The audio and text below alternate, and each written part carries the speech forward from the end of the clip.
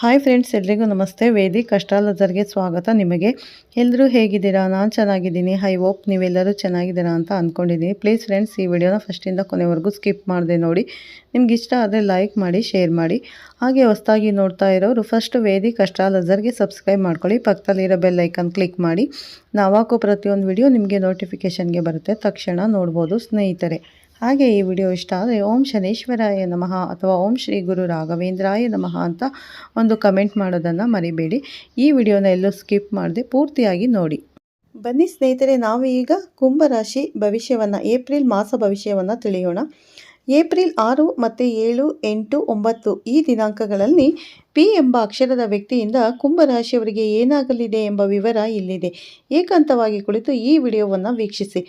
ಖ್ಯಾತ ಜ್ಯೋತಿಷಿಗಳನ್ನು ವಿಚಾರಿಸಿದ ಕುಂಭರಾಶಿಯವರಿಗೆ ಈ 4 ದಿನಗಳು ಹೇಗಿರಲಿವೆ ಎಂಬುದನ್ನು ಅರಿತುಕೊಳ್ಳಿ.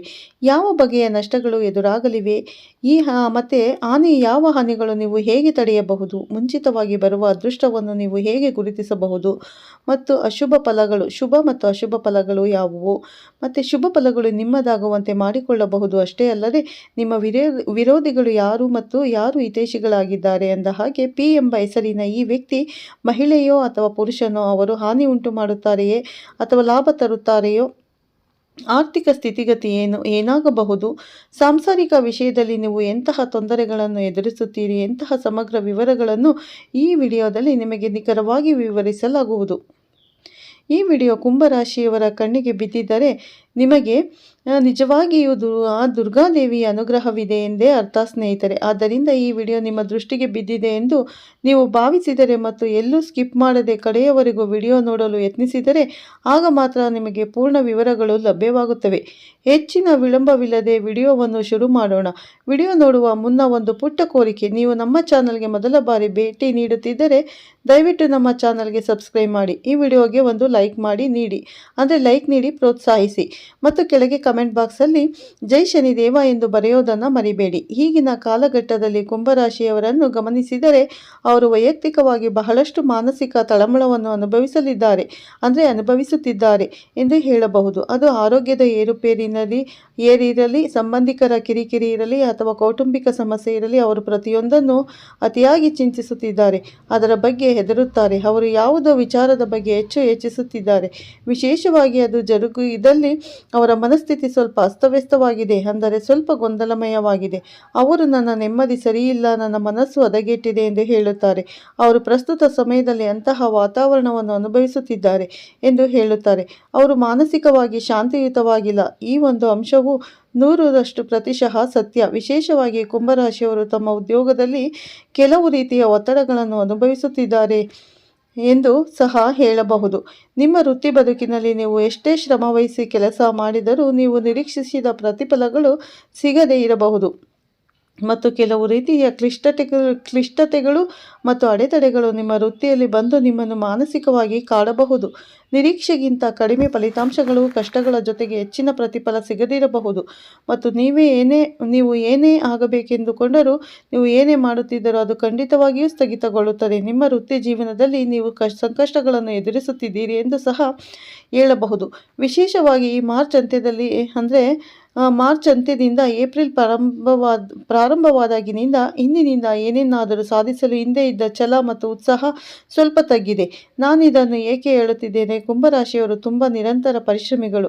ಅವರು ಕಷ್ಟಪಟ್ಟು ದುಡಿದು ತಮಗಾಗಿ ಹೆಸರು ಮಾಡುವ ಮೂಲಕ ಏನನ್ನಾದರೂ ಸಾಧಿಸುವಲ್ಲಿ ಯಾವಾಗಲೂ ಮುಂಚೂಣಿಯಲ್ಲಿರುತ್ತಾರೆ. ಕುಂಭರಾಶಿಯವರು ಯಾರನ್ನು ಬಿಟ್ಟುಕೊಡುವ ಸ್ವಭಾವವನ್ನು ಹೊಂದಿರುವುದಿಲ್ಲ. ಅವರು ಒಂದು ಕಟು ಮಾತನ್ನು ಹೇಳುವುದಿಲ್ಲ. ಅದೇ ರೀತಿ ಕುಂಭರಾಶಿಯವರು ಯಾರೊಂದಿಗಾದರೂ ಅಸಭ್ಯವಾಗಿ ವರ್ತಿಸಲು ಅಥವಾ ಯಾರೊಬ್ಬರ ಮನಸ್ಸನ್ನು ನೋಯಿಸಲು ಸಾಧ್ಯವಿಲ್ಲ. ಅವರ ಮೃದು ಹೃದಯ ಮತ್ತು ಅವರು ಹಿರಿಯರಿಗೆ ನೀಡುವ ಗೌರವದಿಂದಾಗಿ ಅವರು ಅನೇಕ ತಿರಸ್ಕಾರಗಳು, ಅನೇಕ ಅಡೆತಡೆಗಳು ಮತ್ತು ಕಿರಿಯರಿಂದ ಹಿರಿಯವರೆಗೆ ಅನೇಕ ಸಮಸ್ಯೆಗಳನ್ನು ಎದುರಿಸಿ ಅಂತಿಮವಾಗಿ ಅವರು ಸ್ವಾವಲಂಬಿಗಳಾಗುತ್ತಾರೆ. ದೇವರು ಇಂದು ಅವರಿಗೆ ಅವರ ಹತೋಟಿನಲ್ಲಿರುವಂತೆ ಒಂದು ಸನ್ನಿವೇಶವನ್ನು ಸೃಷ್ಟಿಸಿದ್ದಾನೆ ಎಂದು ಸಹ ಹೇಳಬಹುದು. ಕೆಲವೊಮ್ಮೆ ಆದರೆ ಕುಂಭರಾಶಿಯವರು ಬಾಲ್ಯದಿಂದಲೂ ತಮಗೆ ತಿಳಿದಿರುವಂತೆ 30 ವರ್ಷಕ್ಕಿಂತ ಕಡಿಮೆ ವಯಸ್ಸಿನವರಾಗಿದ್ದರೆ ಈ 30 ವರ್ಷದೊಳಗೆ ಅವರಿಗೆ ಸ್ವಲ್ಪ ಕಡಿಮೆ ಅನುಭವವಿರುತ್ತದೆ. ಅದು ಯಾರೇ ಆಗಿರಲಿ, ಆದರೆ ಈ ಕುಂಭರಾಶಿಯವರು ಅವರ ಅನುಭವದ ಕೊರತೆಯಿಂದಾಗಿ ಸ್ವಲ್ಪ ಸಂಕೋಚ ಪಡುತ್ತಾರೆ. ಅವರು ಇನ್ನೊಬ್ಬ ವ್ಯಕ್ತಿಯಿಂದ ಏನೇನಾದರೂ ಅನುಭವಿಸುತ್ತಾರೆ ಎಂದು ತಿಳಿದಾಗ ಆ ಉದ್ದೇಶ ಏನೇ ಆಗಿರಲಿ ಅವರು ತಕ್ಷಣವೇ ಇತರ ವ್ಯಕ್ತಿಗೆ ಬೇಸರ ತರದೆ ರದ್ದರಿಸುತ್ತಾರೆ. ಅವರು ತಮಗೆ ಹಾನಿ ಉಂಟು ಮಾಡುವ ರೀತಿಯಲ್ಲಿ ವರ್ತಿಸುತ್ತಾರೆ. ಅದು ಅವರ ಗುಣಗಳಾಗಲಿ ಅಥವಾ ಅವರ ಸಂವಹನ ವಿಧಾನವಾಗಲಿ ಬಳಸಲ್ಪಡುತ್ತದೆ ಮತ್ತು ನಿರ್ಲಕ್ಷಿಸಲ್ಪಡುತ್ತದೆ. ಆದರೆ ಅವರು ತಮ್ಮ ತಲೆಯನ್ನು ತಗ್ಗಿಸಿ ಅವರ ವಿರುದ್ಧ ನುಡಿಯುವುದಿಲ್ಲ ಮತ್ತು ಸಂದರ್ಭಗಳಿಗೆ ವಿಧೇಯರಾಗುತ್ತಾರೆ.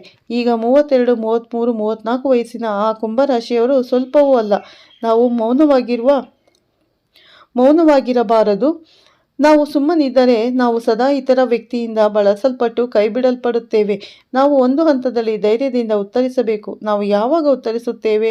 ನಾವು ಸದಾ ಕುಳಿತು ಮಾತನಾಡುತ್ತಿದ್ದರೆ ನಾಚಿಕೆ ಪಡದೆ ಹೇಗಿರಬಹುದು? ಇದೆಲ್ಲವನ್ನು ಮನಸ್ಸಿನಲ್ಲಿಟ್ಟುಕೊಂಡು ಈಗ ಯಾರಾದರೂ ಅವರ ಭಾವನೆಗಳಿಗೆ ಧಕ್ಕೆ ಉಂಟಾಗುವ ರೀತಿಯಲ್ಲಿ ಮಾತನಾಡಿದರೆ, ಯಾರಾದರೂ ಅವರಿಗೆ ಪರೋಕ್ಷವಾಗಿ ಏನಾದರೂ ಹೇಳಬೇಕು, ಅವುಗಳನ್ನು ಬಳಸಲು ಯತ್ನಿಸಿದರೆ ಯಾರು ಅವುಗಳು ಯಾವುದೇ ಪ್ರಯತ್ನವಿಲ್ಲದೆ ತಿರಸ್ಕರಿಸಲ್ಪಡುತ್ತಾರೆ. ಮತ್ತು ಅವನು ನಿಮಗೆ ಪರಿಚಯಿಸಿದ್ದಾನೆ. ಪಾಲಿಸಬೇಕಾದ ಪದ್ಧತಿಗಳನ್ನು ನಿಮಗೆ ನೀಡಲಾಗಿದೆ. ನಿಮ್ಮ ಮನಸ್ಸು ಪ್ರಶಾಂತವಾಗಿರುತ್ತದೆ. ದಿನದ ಶನಿ ಅಂತ ಪ್ರಾರಂಭವಾಗುವ ಮೊದಲು ನಿಮಗೆ ಯಾವ ಆರೋಗ್ಯ ಏರುಪೇರುಗಳಿವೆ ಎಂದು ನಿಮಗೆ ತಿಳಿದಿರಲಿಲ್ಲ. ಆದರೆ ದಿನದ ಶನಿ ಹಂತ ಪ್ರಾರಂಭವಾದಾಗಿನಿಂದ ನೀವು ಹಲವಾರು ವಿಭಿನ್ನ ಆರೋಗ್ಯ ಸಮಸ್ಯೆಗಳನ್ನು ಎದುರಿಸಿದ್ದೀರಿ. ವಿಶೇಷವಾಗಿ ಮಹಿಳೆಯರಿಗೆ ಗರ್ಭಾಶಯಕ್ಕೆ ಸಂಬಂಧಿಸಿದ ತೊಂದರೆಗಳು ಮತ್ತು ಪುರುಷರಿಗೆ ಗ್ಯಾಸ್ಟ್ರಿಕ್ ಸಮಸ್ಯೆಗಳು, ಮಹಿಳೆಯರಿಗೆ ಗ್ಯಾಸ್ಟ್ರಿಕ್ ಸಮಸ್ಯೆಗಳು, ಕಾಲು ನೋವು, ಮೈಗ್ರೇನ್, ತಲೆನೋವು, ಮಸುಕಾದ ದೃಷ್ಟಿ, ಹೆಚ್ಚಿನ ರಕ್ತದೊತ್ತಡ, ಆತಂಕದ ತೊಂದರೆಗಳು, ಎದೆಬಡಿತ ಮತ್ತು ವಿವಿಧ ಆರೋಗ್ಯ ಸಮಸ್ಯೆಗಳು ಸಹ ಇರುತ್ತವೆ.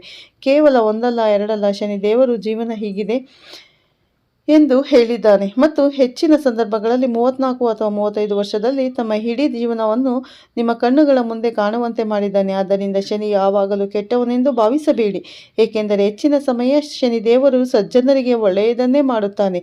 ನಿಮ್ಮ ಸೌಜನ್ಯದಿಂದಾಗಿ ನೀವು ಇಂದು ಒಂದು ನಿರ್ದಿಷ್ಟ ಮಟ್ಟದಲ್ಲಿ ನಿಲ್ಲಲು ಸಾಧ್ಯವಾಗಿದೆ.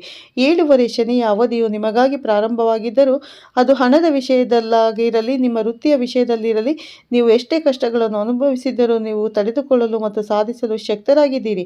ಯಾರಾದರೂ ನಿಮಗೆ ಒಂದು ಮಾತು ಹೇಳಿದರೂ ಸಹ ನೀವು ಮತ್ತೆ ಚೇತರಿಸಿಕೊಳ್ಳಲು ಸಾಧ್ಯವಾಗಿದೆ. ನೀವು ಎಷ್ಟೇ ಮಾನಸಿಕ ವೇದನೆಯನ್ನು ಅನುಭವಿಸಿದರೂ ಆ ಮಾನಸಿಕ ವೇದನೆಯಿಂದ ಹೊರಬರಲು ಸಾಧ್ಯವಾಗಿದೆ. ಇದಕ್ಕೆಲ್ಲ ಕಾರಣ ಈ ರಾಶಿಯ ಒಳ್ಳೆಯತನ. ಆದ್ದರಿಂದ ಕುಂಭರಾಶಿಯವರು ಬಹಳಷ್ಟು ಪಾಠಗಳನ್ನು ಕಲಿತಿದ್ದಾರೆ. ಈ 7 ಶನಿಯ ಅವಧಿಯು ಪ್ರಾರಂಭವಾದ ನಂತರ ಈಗ ಅದು ಶನಿ ಹಂತದ ಕೊನೆ ಹಂತದ ಕಡೆಯ ಹಂತದಲ್ಲಿದೆ. ಈಗ ಶನಿ ದೇವರು ನಿಮಗೆ ಹೆಚ್ಚು ಶುಭವನ್ನು ಮಾಡಲಿದ್ದಾರೆ. ನಿಮಗೆ ಕೆಲವು ತೊಂದರೆಗಳಿವೆಯೋ ಇಲ್ಲವೋ ಎಂದು ನಾನು ಹೇಳುತ್ತಿಲ್ಲ. ಕೆಲವು ತೊಂದರೆಗಳಿವೆ, ಕೆಲವು ವಿಷಾದಗಳಿವೆ, ಕೆಲವು ಸಮಸ್ಯೆಗಳಿವೆ. ನೀವು ಕೆಲವು ಸಂಕಷ್ಟಗಳನ್ನು ಎದುರಿಸುತ್ತಿದ್ದೀರಿ.